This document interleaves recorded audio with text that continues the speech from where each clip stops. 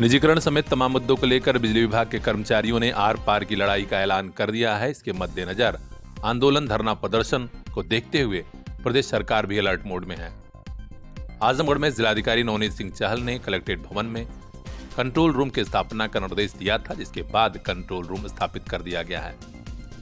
जनता को कोई असुविधा न हो, बिजली की आपूर्ति बहाल रहे, इसके अलावा विद्युत सब स्टेशनों पर तोड़ फोड़ न हो, इसके लिए कंट्रोल रूम एक्टिव रहेगा। कोई सूचना आपको लेनी है, शिकायत दर्ज करानी है तो इसका नंबर भी नोट कर लीजिए 9454417172। जी हाँ, जिला कंट्रोल रूम का है नंबर जो बिजली विभाग के मद्देनजर आपके लिए खुला है 94 54 41 71 72 इसका नंबर है। इसके अलावा बेसिक नंबर भी है 05462297558। यानी आजमगढ़ में प्रशासन अलर्ट मोड में है। कहीं कोई कर्मचारियों का आंदोलन जनता की सेहत पर असर न डाले। कड़ाके की सर्दी है और बिजली गायब हुई तो बवेला मचना तय है। तो बिजली विभाग के आंदोलन से जुड़ा हर अपडेट हम आप तक पहुंचाएंगे। खास खबरों के लिए बने रहिए हमारे साथ, देखते रहिए PR India news. Bureau chief Saloni Vishwakarma की खास रिपोर्ट। सर्दी के कपड़ों पर आजमगढ़ में सबसे बड़ी छूट। जालान बाजार, सिधारी तिराहा, दक्षिण गली, मऊ रोड, आजमगढ़। कंबल हो, स्वेटर हो, शाल हो, स्टाल हो, एक खरीदिए दूसरा मुफ्त लेकर जाइए। जेंट्स लेडीज जैकेट, चीटर, लोअर, स्वेग शूट और भी बहुत कुछ। उन्हीं कपड़ों की खरीदारी पर इतनी बड़ी ऑफर और कहां। जालान बाजार पहुंचिए, शादी विवाह, स्कूल ड्रेस, जूता मोजा पर भी भारी डिस्काउंट पाइए।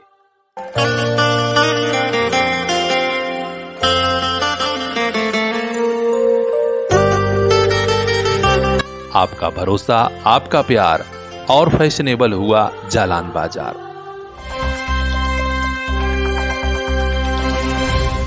एक भी गिरफ्तारी बिना साक्ष्य के नहीं हो रही है। और याद रखना, जिसने पत्थरबाजी की होगी, जिसने माहौल खराब किया होगा, उसमें एक भी बचने वाला भी नहीं है। यूपी के मुख्यमंत्री योगी आदित्यनाथ ने एक बार विधानसभा में बयान दिया था कि माफियाओं को मिट्टी में मिला देंगे। उसके बाद माफिया डान अतीक अहमद का क्या हुआ, यह सबको पता है। एक बार फिर आज शीतकालीन सत्र में उन्होंने बयान दिया है विधानसभा में ही कि संभल में जो कुछ हुआ इसके लिए पुलिस काम कर रही है और बगैर सबूत के एक भी गिरफ्तारी नहीं हो रही है। उन्होंने फिर कहा कि जो लोग भी पत्थर चलाए हैं वे बचेंगे नहीं। ये लोग सौहार्द की बात करते हैं, शर्म नहीं आती इन लोगों को सौहार्द के बारे में चर्चा करने में।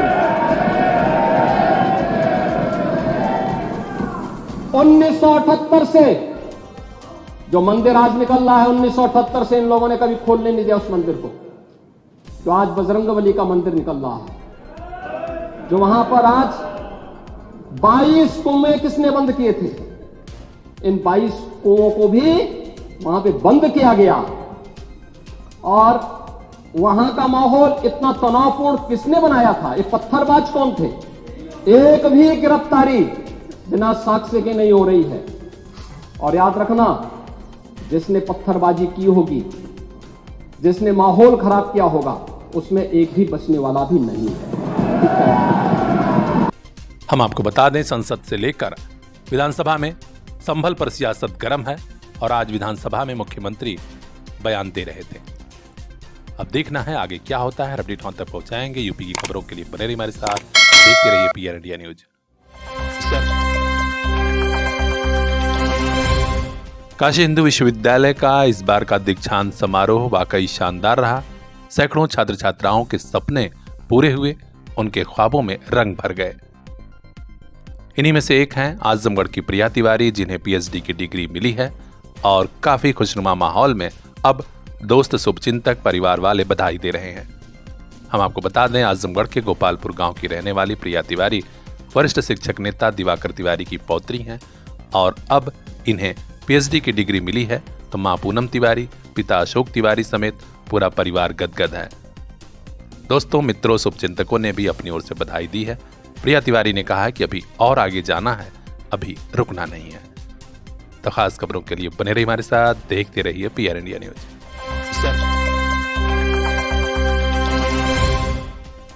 निजीकरण समेत तमाम मुद्दों को लेकर बिजली विभाग के कर्मचारियों ने आर पार की लड़ाई का ऐलान कर दिया है। इसके मद्देनजर आंदोलन धरना प्रदर्शन को देखते हुए प्रदेश सरकार भी अलर्ट मोड में है। आजमगढ़ में जिलाधिकारी नवनीत सिंह चहल ने कलेक्ट्रेट भवन में कंट्रोल रूम की स्थापना का निर्देश दिया था, जिसके बाद कंट्रोल रूम स्थापित कर दिया गया है। जनता को कोई असुविधा न हो, बिजली की आपूर्ति बहाल रहे, इसके अलावा विद्युत सब स्टेशनों पर तोड़ फोड़ न हो, इसके लिए कंट्रोल रूम एक्टिव रहेगा। कोई सूचना आपको लेनी है, शिकायत दर्ज करानी है तो इसका नंबर भी नोट कर लीजिए 9454417172। जी हां, जिला कंट्रोल रूम का है नंबर जो बिजली विभाग के मद्देनजर आपके लिए खुला है 9454417172 इसका नंबर है। इसके अलावा बेसिक नंबर भी है 054622975558। यानी आजमगढ़ में प्रशासन अलर्ट मोड में है, कहीं कोई कर्मचारियों का आंदोलन जनता की सेहत पर असर न डाले। कड़ाके की सर्दी है और बिजली गायब हुई तो बवेला मचना तय है। तो बिजली विभाग के आंदोलन से जुड़ा हर अपडेट हम आप तक पहुंचाएंगे। खास खबरों के लिए बने रहिए हमारे साथ, देखते रहिए PR India news. Bureau chief Saloni Vishwakarma की खास रिपोर्ट। यूपी के संभल में एक और पुराना मंदिर मिला है, जहां भगवान शिव की प्रतिमा और हनुमान जी की प्रतिमा पाई गई है। इस मुद्दे पर भी सियासत पूरे प्रदेश में तेज हो गई है। एक तरफ जहां समाजवादी पार्टी इसे भाजपा का एजेंडा बता रही है, तो वहीं खुद मुख्यमंत्री योगी आदित्यनाथ आज सामने आए और उन्होंने अपना बयान दिया। बड़ी बेबाकी से उन्होंने कहा कि 46 साल पहले आखिर कैसे ऐसा हुआ था, इसका जवाब उस वक्त जो लोग सरकार चला रहे थे उन्हें देना होगा। हिंदुओं का पलायन हुआ था और यहाँ मंदिर पर कब्जा हुआ था। उन्होंने सवाल उठाया कि क्या ये रातों रात मंदिर मिला है या बना दिया गया। आप मुझे बताओ, अयोध्या में राम मंदिर का फैसला नहीं आता, अयोध्या में राम मंदिर नहीं बन पाता क्या? अयोध्या में इंटरनेशनल एयरपोर्ट बन पाता है क्या? अयोध्या के अंदर की गलियां 4 लेन की बन पाती क्या? अयोध्या रेलवे की डबल लाइन के साथ जुड़ पाता है क्या? अयोध्या की इतनी बेहतरीन कनेक्टिविटी हो पाती है क्या? आम जनमानस खुश है, हर व्यक्ति प्रफुल्लित है, आने वाला श्रद्धालु कृतज्ञता ज्ञापित करता है। लेकिन देश के संविधान का वास्तव में गला घोंट करके संविधान में चोरी से सेकुलर शब्द डालने वाले लोग अपने घर में शोक मना रहे हैं। उन्हें परेशानी है कि काशी विश्वनाथ धाम की कायाकल्प कैसे हो गई। उन्हें परेशानी है कि अयोध्या में राम मंदिर और अयोध्या इतनी भव्य और दिव्य कैसे हो गई। उन्हें परेशानी इस बात की है कि हम लोगों ने तो दशकों तक शासन किया, लेकिन कुछ नहीं हम कर पाए। अपने निकम्मेपन पर हम लोगों को कोस रहे हैं। अपनी अकर्मण्यता का दोष हमारी सफलता को कोस करके दे रहे हैं। और इसलिए मैं आप सबसे कहना चाहूंगा, हम सबको इनकी इस मानसिकता को देखना होगा। याद रखना, ये कितना भी राग अलापे हैं। कल संसद में संविधान पे चर्चा हो रही थी, लेकिन मुद्दा संभल का उठ रहा था। और संभल में इन्हीं के समय में 46 वर्ष पहले जिस मंदिर को बंद कर दिया गया, वो मंदिर फिर से सामने सबके सामने आ गया। इनकी वास्तविकता को सबके सामने प्रस्तुत कर दिया।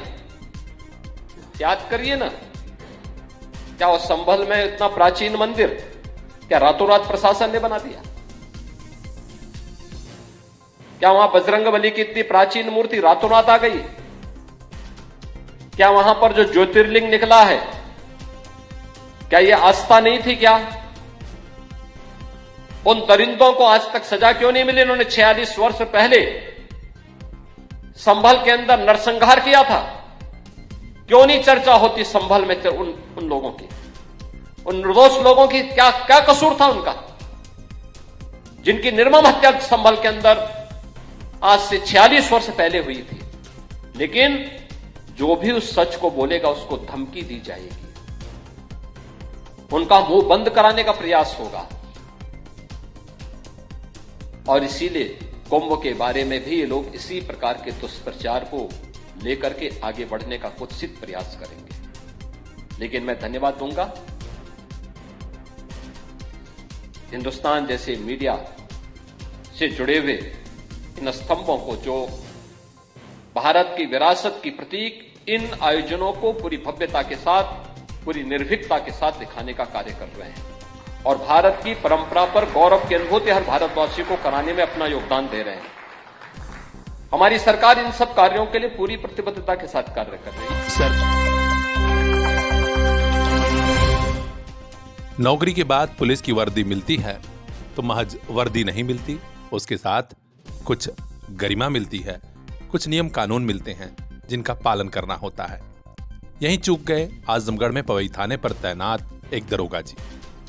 जी हां, आजमगढ़ के पवई थाने पर तैनात सब इंस्पेक्टर गोपाल मौर्य को महज इसलिए सस्पेंड कर दिया गया है कि उन्होंने एक ऐसे व्यक्ति को सैल्यूट कर दिया जो उनके प्रोटोकॉल और ड्यूटी के हिसाब से गलत था।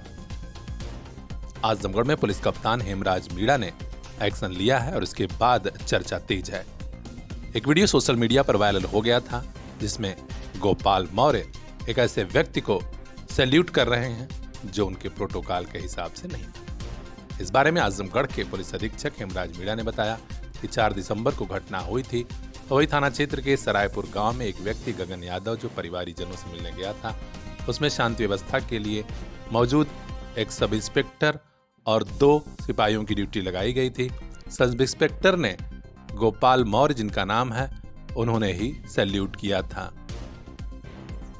संज्ञान में आने के बाद कार्रवाई हुई है, जांच अभी की जा रही है। तो खास खबरों के लिए बने रहिए मेरे साथ, देखते रहिए पीआर इंडिया न्यूज। सर्द रातों का सितम शुरू हो गया है, लेकिन आजमगढ़ के मुबारकपुर नगर पालिका में जिम्मेदार अफसर बेखबर बने हुए हैं जनता की दुश्वारियों से। नगर पालिका प्रशासन का अलाव अभी कागजों में जल रहा है, उधर लोग ठंड से कांप रहे हैं। गनीमत है कुछ सभासदों ने अपने स्तर से अलाव का इंतजाम कराया है। आप देख सकते हैं मुबारकपुर नगर पालिका में हैदराबाद वार्ड नंबर 15 में सभासद पुत्र सुहेल अहमद उर्फ बाबू भाई ने लकड़ियां गिरवाई और लोग किसी तरह ठिठुरन में आग सेक रहे हैं। चेयरपर्सन डॉक्टर शबा शमीम और अधिशासी अधिकारी विनय कुमार मिश्रा ने काफी पहले ही कहा था कि सर्दी आते ही अलाव जलेगा, लेकिन अलाव कहां है, जनता सवाल उठा रही है। जनता क्या कह रही, जरा उनकी बात भी सुनिए। मेरा नाम शाहिद अफरोज है। ये अलाव कौन जलवा रहा है? ये हमारे प्रतिनिधि जो मेंबर के है बाबू भाई वही जला रहे हैं। तो सिर्फ यहीं जलेगी और कहीं जलेगी? और बहुत जगह 10-12 जगह। कितने दिनों से जलवा रहे हैं? अरे यही 3-4 रोज हो गया जल रही है। तो लकड़ी यहीं रखी है कि और कहीं रखी है? और कहीं वहाँ पे स्टॉक में रखी है 50 किलो। तो नगर पालिका गिरवाई है कि ये? नहीं, ये बाबू भाई का खुद का है, ये नगर पालिका की नहीं है। हाँ भाई, आपका क्या नाम है? मोहम्मद आसिम जमील। कौन ये जलवा रहे अलाव? ये हमारे नगर पालिका के मेंबर हैं बाबू भाई। क्या नाम है आपका भाई? आसिम जमील। तो ये बाबू भाई जलवा रहे हैं? जी बाबू भाई। देखना है जिलाधिकारी आजमगढ़ कब निर्देश देते हैं कि मुबारकपुर में जनता जो ठंड से ठिठुर रही है उसके लिए अलाव जलवाया जाए। हर अपडेट वहां तक पहुंचाएंगे। ब्यूरो चीफ मोहम्मद जावेद लड्डू की खास रिपोर्ट, पीआर इंडिया न्यूज। सर्दी के कपड़ों पर आजमगढ़ में सबसे बड़ी छूट, जालान बाजार, सिधारी तिराहा, दक्षिण गली, मऊ रोड, आजमगढ़। कंबल हो, स्वेटर हो, शाल हो, स्टाल हो, एक खरीदिए दूसरा मुफ्त लेकर जाइए। जेंट्स लेडीज जैकेट, चीटर, लोअर, स्वेग शूट और भी बहुत कुछ। उन्हीं कपड़ों की खरीदारी पर इतनी बड़ी ऑफर और कहां। जालान बाजार पहुंचिए, शादी विवाह, स्कूल ड्रेस, जूता मोजा पर भी भारी डिस्काउंट पाइए।